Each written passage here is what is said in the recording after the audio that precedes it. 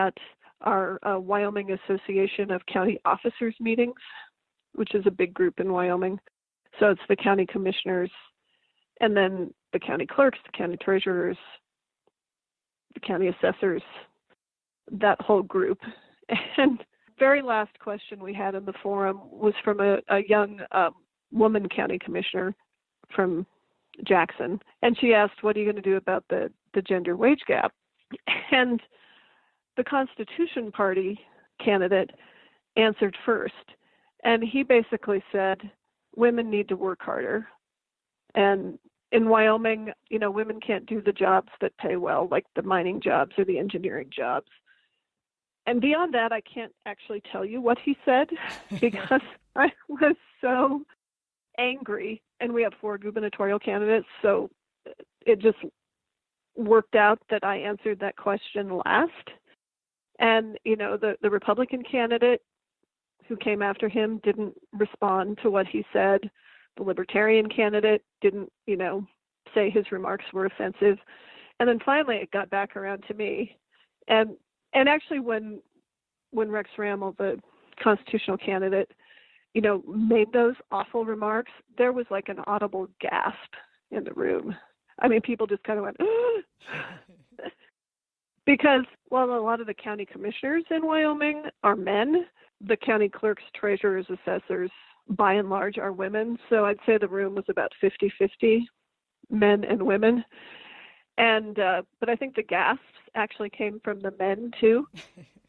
So anyway, it works back around to me. And I basically just said, and Rex was right next to me. I'm like, Rex, you're lucky that my glass of water is empty because I really just wanted to throw it on you.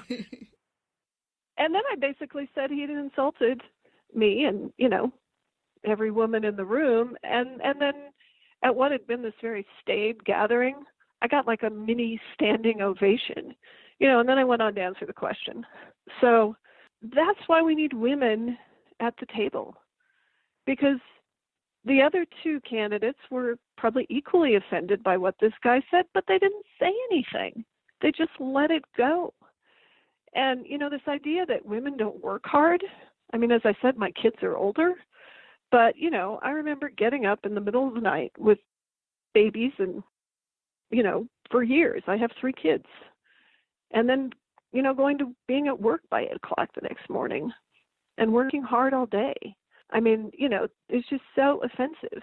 And I think that, it's bringing those experiences of, working families and being, a co-breadwinner and doing everything else, it's so important just to have that perspective. And it just really hit me last week. And just to quickly finish the story. So fast forward a few days, we're all at the University of Wyoming football game, and a young male commissioner from one of our smaller counties in the middle of the state comes up to me, and he, at the football game, mind you, we're tailgating, and hands me a bottle of water and says, "Here, Mary, here's a bottle of water, just in case you need it for Rex."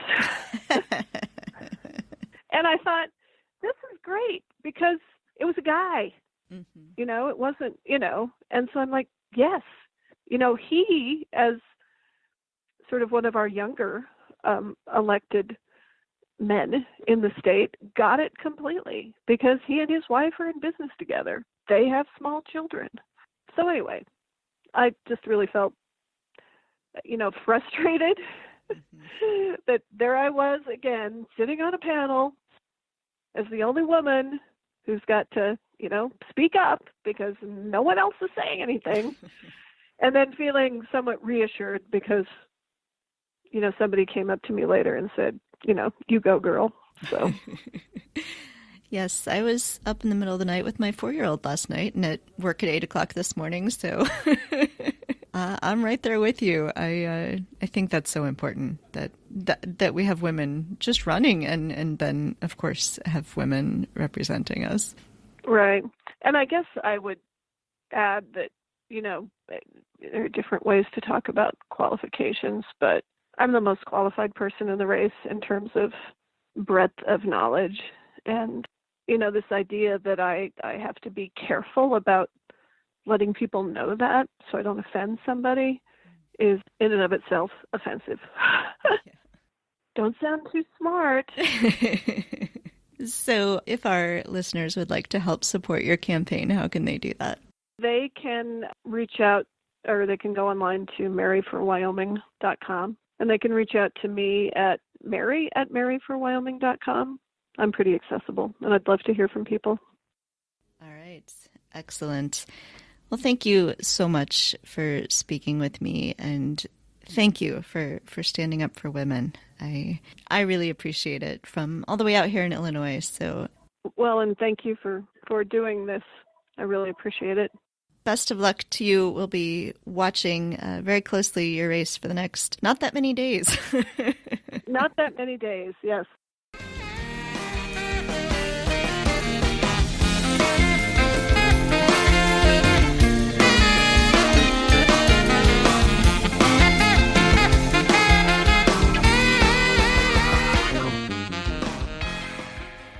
Joining us tonight is Gary Trauner. He is running for Senate from Wyoming. Welcome, Gary.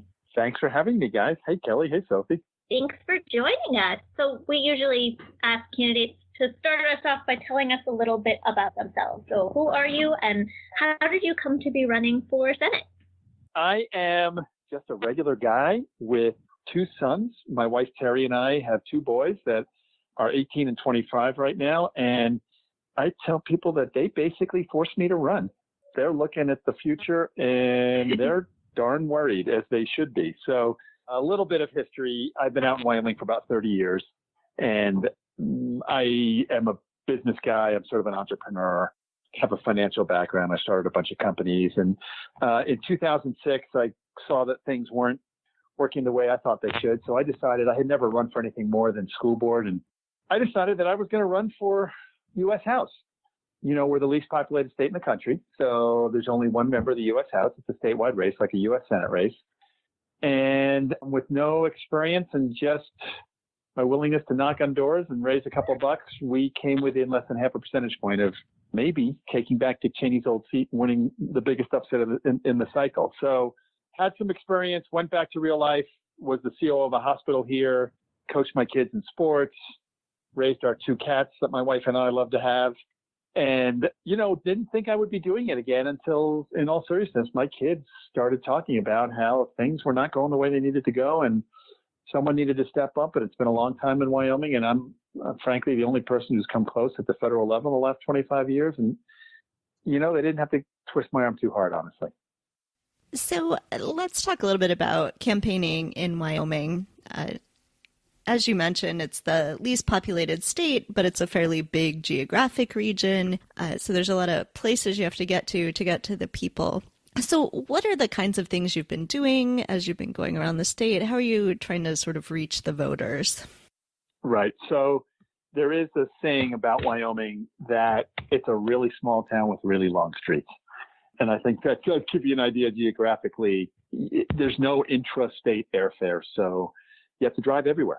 And so the way I reach voters is I go door to door. It's retail politics to the nth degree, basically.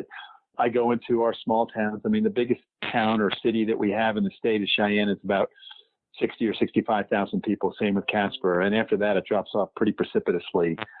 So I go into communities and I go knock on doors and I hold listening event tours and visit businesses and visit nonprofits and other organizations. And you do that for 2 or 3 days straight, and everybody knows that you're in their community and that you're willing to meet them. And I think that makes a big difference for Wyomingites.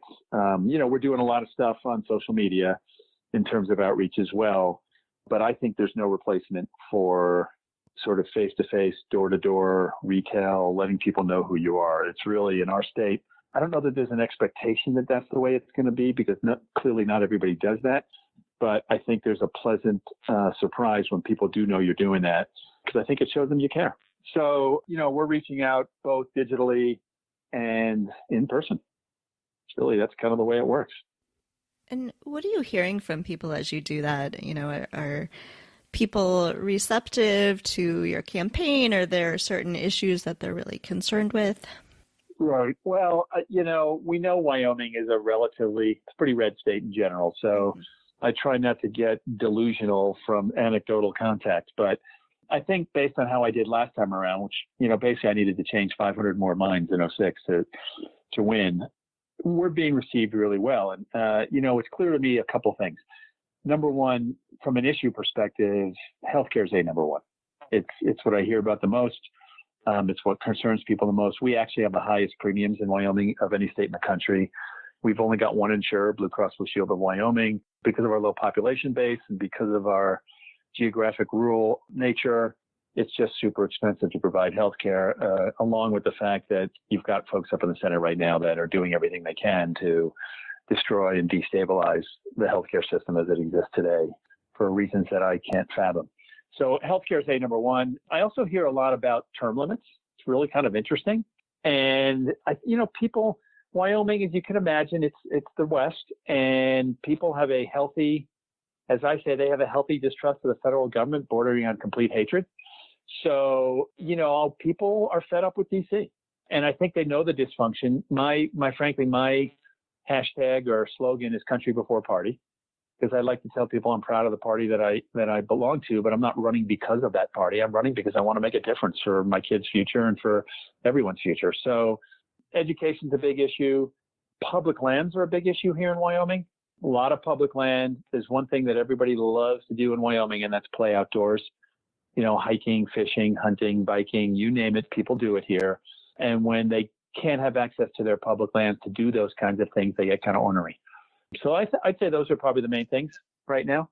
I'm wondering if the environment is something that people in Wyoming are thinking about. Across the country, Wyoming is known for being really, really beautiful and having really beautiful landscapes. And so I'm wondering if you could talk a little bit about protecting that. Yeah, we in Wyoming, it's a good question, Sophie. We in Wyoming have an interesting relationship with the environment. Not only do we have beautiful landscapes, tourism is a big part of our economy, but we're also a huge energy state. People may not realize that 40% of the coal that's dug up in this country comes out of Wyoming. We are by far and away the biggest coal state in the country. People think of West Virginia, they think of Pennsylvania. They're not even close. Mm-hmm. And a lot of natural gas as well. So there's this sort of fractured relationship, I think, between the landscape and some of the things that we do from an economic perspective. But as I mentioned earlier, people love to recreate. And when you want to hunt and fish, you need healthy game herds and wildlife herds and fish stock. And in order to do that, you need clean air and clean water and good habitat. So I think the way that people talk about the landscape and the outdoors here in Wyoming is in relation to making sure that we've got that clean air and that clean water and that good habitat that will allow wildlife to thrive, because that's part of the recreational landscape of Wyoming as well. Now, I live 5 minutes from the boundaries of Grand Teton National Park. And of course, Yellowstone is right up the road for me as well. And, I've got moose in my yard literally as we are speaking. And that never gets old. And that's always an incredible thing. So we need to figure out how to protect our special places and the special things that we have at the same time that, we work with our economy to move things forward. I know, it's amazing. By the way, it's mating time. So not only are moose in the yard, but they're doing things that are kind of fun to watch, but really interesting.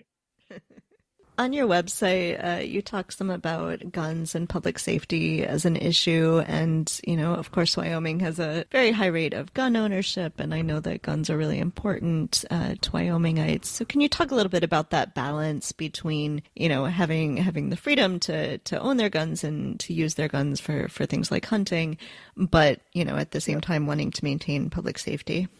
You bet. And Wyoming does have the highest rate of gun ownership in the country. Look, I grew up in New York State, and we didn't own guns in my family. Not a lot of people own guns in suburban New York City. But I've been here for 30 years, and my kids hunt and shoot, and, they've taken hunter safety, and it's a way of life out here. It's cultural, and it's different. I tell my friends that still live on the coast or in different places that there is a different culture here, and just because folks view things differently doesn't mean that they're good or bad people necessarily because of that. But my view is pretty simple. I mean, we're pretty good actually in Wyoming at responsible gun ownership. We don't have a lot of crime with firearms. And